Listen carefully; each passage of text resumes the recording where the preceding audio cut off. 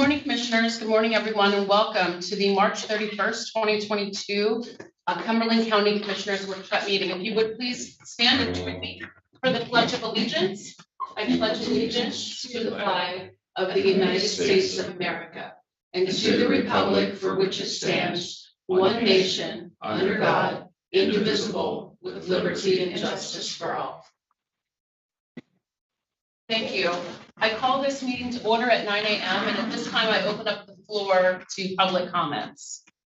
Seeing none and hearing none, we'll move on then to agenda item number 3. I'll call on Ron Snow to discuss the supplemental tax compliance certificate that requires execution. And commissioners, please know this is an action requested item. Ron? Good morning, Commissioners. We're asking for approval on the supplemental tax compliance certificate. This is the call to 2014 GOB, which is related to Claremont renovations. Approving this will allow us to make the payoff on the remaining bonds, and the payoff amount is $802,412.71. Any questions for Ron? Ron, this is paying off the existing bond. Is that what you're saying? Correct. 2014. Yep, it'll pay off the outstanding balance, principal and interest. Thank you. And Ron, you said that was 802-412-42? 71 cents. Thank you. Any other questions for Ron? All right, thank you very much, Ron. Yep, thank you. I'll make a motion that we approve the supplemental tax compliance certificate being executed in connection with the $4.865 million general obligation bond series of 2014. I second that motion. Okay, it's moved and seconded. There's no further questions. All in favor indicate by saying aye. Aye. Motion carries. Thank you. We'll move on then to agenda item number 4, and I'll call on Tammy Hershey to discuss contracts and grants. Tammy? Thank you, Stacy. Agenda item number 4, numeral 1, is existing contracts, contract extensions, or addenda with no additional cost or increase to the county. Commissioners, do you have any questions, comments, or concerns regarding the agreements for adult probation, parole, or finance? Hearing none, we will move on to agenda item number 4, numeral 2, which consists of new contracts, vendors, services, grants, and contracts with increases or decreases to the county. I will begin by calling on Jamie Riber to discuss the contract for children and youth. Jamie. Morning, Commissioners. This is an addendum to our Community Services Foundation contract.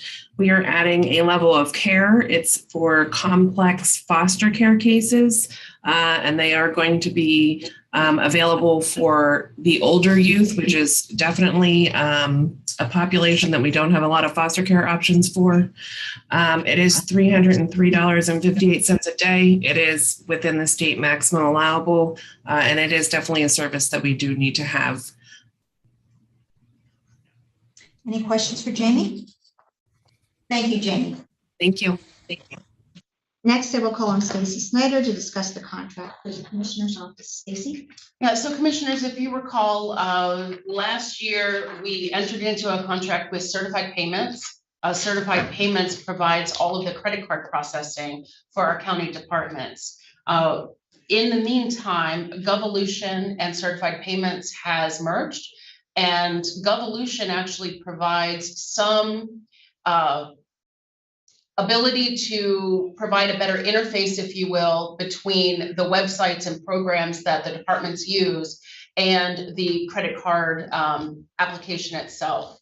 And so that is what this contract will allow us to do for a few departments that require a higher level of service. For example, they need paperwork to be processed before the credit card payment can be processed. Govolution will be able to provide that service for us. There is no cost to the county. This is all handled through fees, and the fee schedule is very similar to the fee schedule that Certified Payments already provides. Are there any questions? Any further questions? All right, thank you, Stacy. Melissa's not on, is that correct? No, but I'm on to Mrs. speak Conway? to that. All right, Lisa, making sure. I'll now call on Lisa Grayson to discuss the contract for court administration. Thank you, Lisa. Thank you. Good morning, commissioners.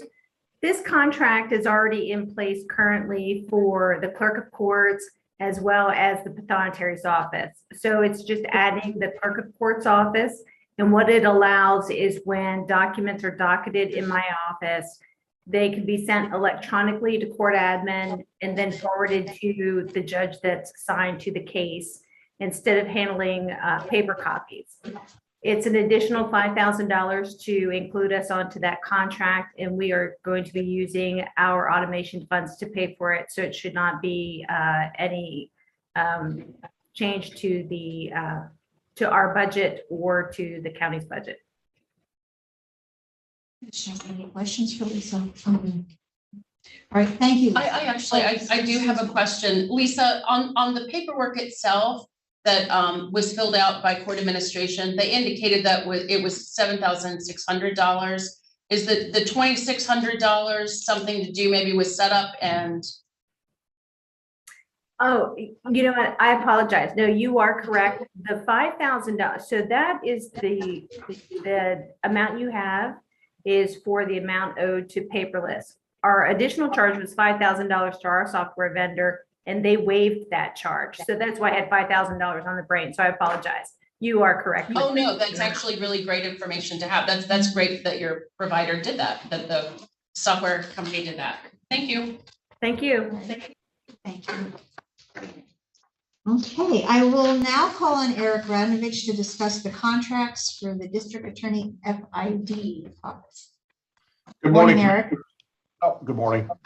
There's two things here. There's a grant application to the Pennsylvania Commission on Crime and Delinquency for the amount of $148,246 for a covered L no match grant application for equipment for the laboratory.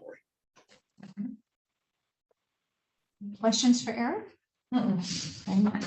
Thank you, Eric.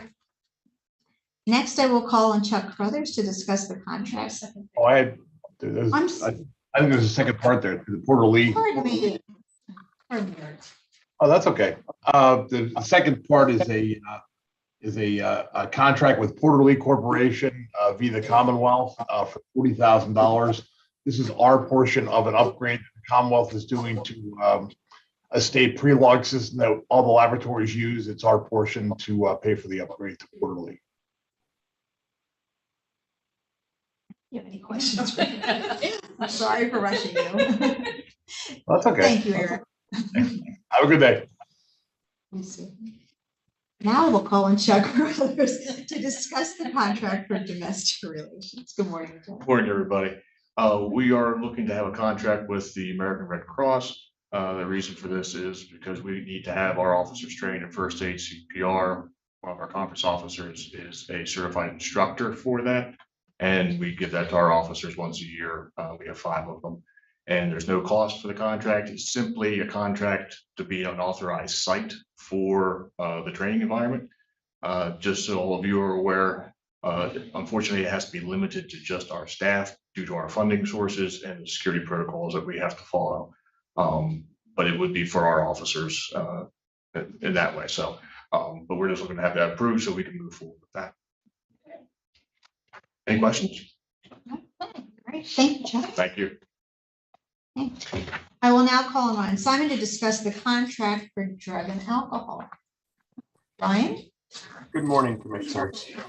We're looking to add a new provider, drug and alcohol rehab services. They provide adolescent rehabilitation services, and they're based out of Lancaster County.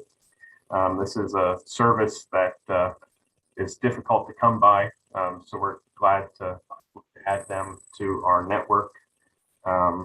They have regular rehab services that'll be $173 a day, and then they have a supervised independent living program that is $185 a day. Any questions? All right, thank you, Ryan. Thank you. Next, I will call on Holly Sherman to discuss the contract for human resources. Holly? Good morning, Commissioners. I'm here to ask for a renewal of the contract with Daring Consulting and Group for the Leadership Essentials. This contract will provide for the design and development of the Leaders Forum and delivery of that for 4 quarterly sessions, as well as 2 sessions, fall 2022 and spring 2023 of the Leadership Essentials. Any questions for Holly? Thank you, Holly. Thank you. I will now call on Claudia Gardner to discuss the contracts for public safety. Claudia? Good morning, everybody. The first one is a no-cost agreement with the Commonwealth of Pennsylvania, specifically the Department of Conservation and Natural Resources. We need to seek permission to go up to Tuscarora State Forest for the building of the new tower site. So this would just be a right-of-way agreement. Again, no cost with the Commonwealth of PA. Any questions on that one? Okay, the second one on our list is Crown Castle. Again, we're talking tower sites. This is for the tower site in Shippensburg. We have a current agreement with them. We need to renew it. However, we don't know how long we're going to stay engaged in this contract because of the new infrastructure that's being built. We're not sure if this tower will be utilized. So we did talk with Keith, and he made sure that there was the ability for us to give written notification to end the agreement without penalty.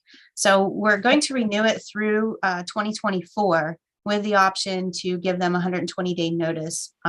So because it is a shortened term compared to our last agreement, there is an increase of $6,687. So the new contract amount through 2024 would be $40,123.92. All right, and our next one is with B. Moyer Radio Communications. This is to renew our 800 megahertz radio system maintenance that has currently been with Harris Radio. However, B. Moyer is an authorized dealer, so he is able to provide us maintenance the same as what Harris has been providing. The Harris agreement expires in April, and we'd like to renew directly with B. Moyer. And we're doing this as a 1-year agreement. Again, because of the radio switchover, we don't want to have a long-term agreement because we'll have a new one in place when that system gets put in. So this is a 1-year agreement with B. Moyer for $156,000, which actually is a decrease from Harris of $111,163. And that's because of the change in going direct with B. Moyer, but also because there are elements of the Harris agreement that we no longer need in the radio system. And did you want me to go ahead and talk about the other item on the agenda, number 6? Certainly, Claudia.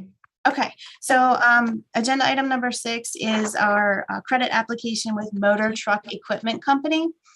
This is the authorized service dealer for Kenworth, which the new hazmat vehicle that we just purchased is Kenworth. And in order to do any kind of warranty repairs or anything like that, it needs to go through a Kenworth dealer.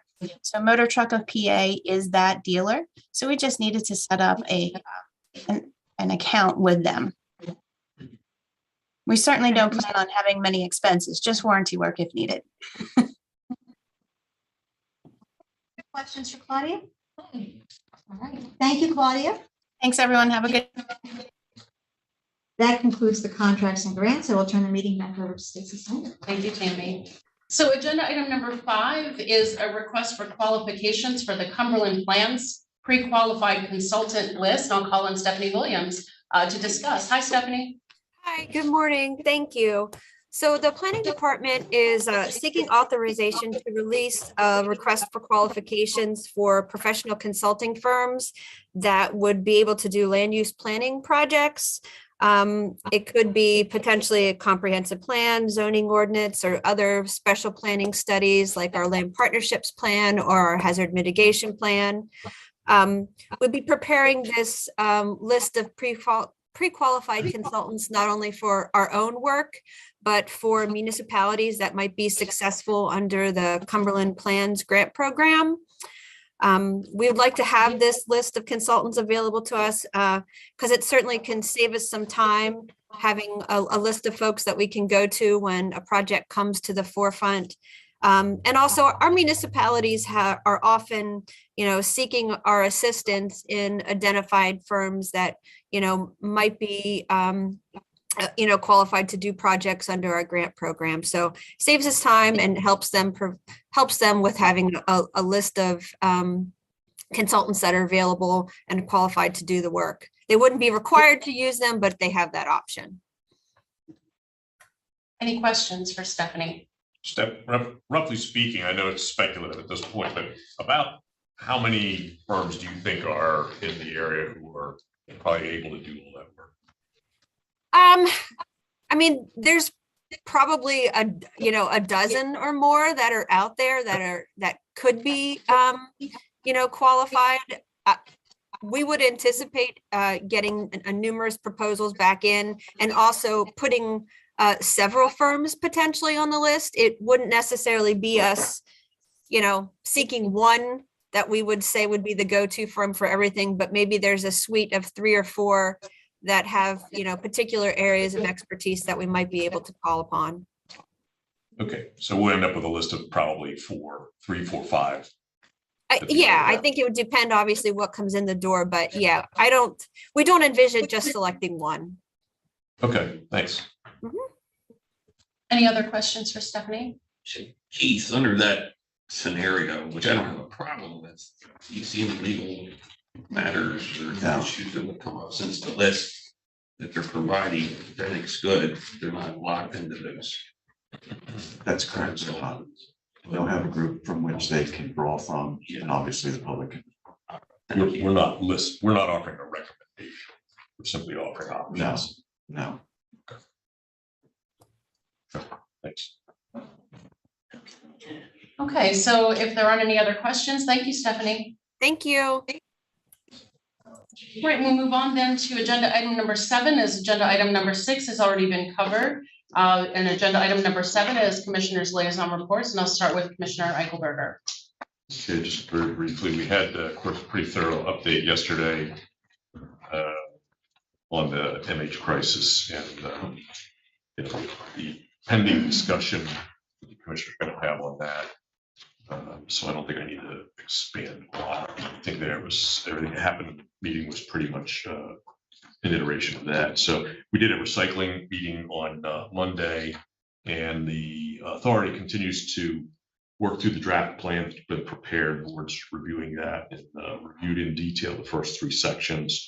And that's the historic planning efforts, because we do have some folks who are new, bringing them up to speed on what's happened before. Also a description of the waste types that are generated in this county, predominantly the current disposal facilities available, capacity requirements over the next 10 years, because it's a 10-year plan, and the steps that are taken to ensure there's enough capacity. The total number of metric tons we're looking at is essentially 3,155,968, and the existing facilities that have been part of the evaluative process have indicated to us that they can offer up well in excess of that for basically 4.2 million tons over that period. So that's certainly solves a major part of the need of the plan.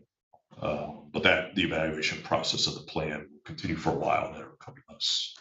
So I'm just trying to schedule a meeting with Carrie Shigitano to get an update on CAIC's various undertakings right now. I know they're in interviews for the Director of Economic Development Projects position, and I'm very curious how that's going, but I haven't connected with him just yet. He's got his hands full. So I'll have more information on that in the near future. That's all I have. Thank you, Commissioner. Commissioner Pache. Not one of my liaison groups met in the past 2 weeks, but on March 22nd, I did attend the reentry roundtable at the New Life Community Church. The First Lady of Pennsylvania was there to talk about the importance of supporting reentrance from prison into back into society. I didn't get to stay for the whole time. It was about a 4-hour event. I was there for about an hour. It was really fantastic. The South Central Task Force on March 23rd, I attended on Zoom their Mrs. Smith Awards, and our own Bob Shively emceed that event. That was another really good event recognizing our first responders.